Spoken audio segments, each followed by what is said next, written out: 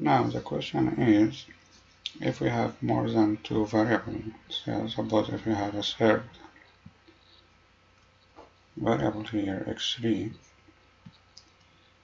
say for a rank in specific scale. So what will happen, instead of have two-dimension data, we'll have three-dimension data. And to separate the data points, instead of separating with a line, then we need now a plane.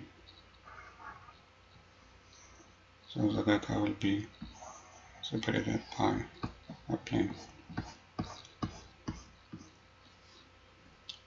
And what will happen to the equation? So instead of a line equation, it will be a surface equation. So we need to add a third dimension here.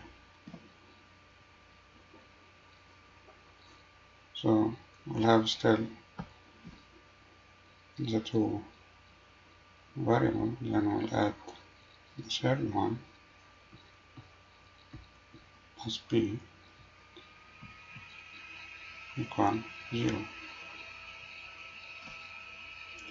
And the vector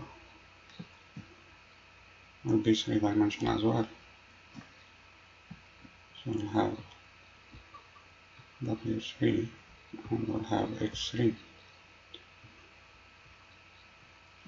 And prediction is the same, we can have the same equation. And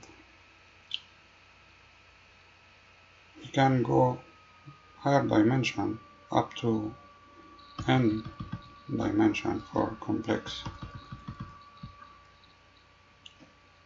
classification. And this W will call it weights and B will call it bias, and we'll go more detail into that.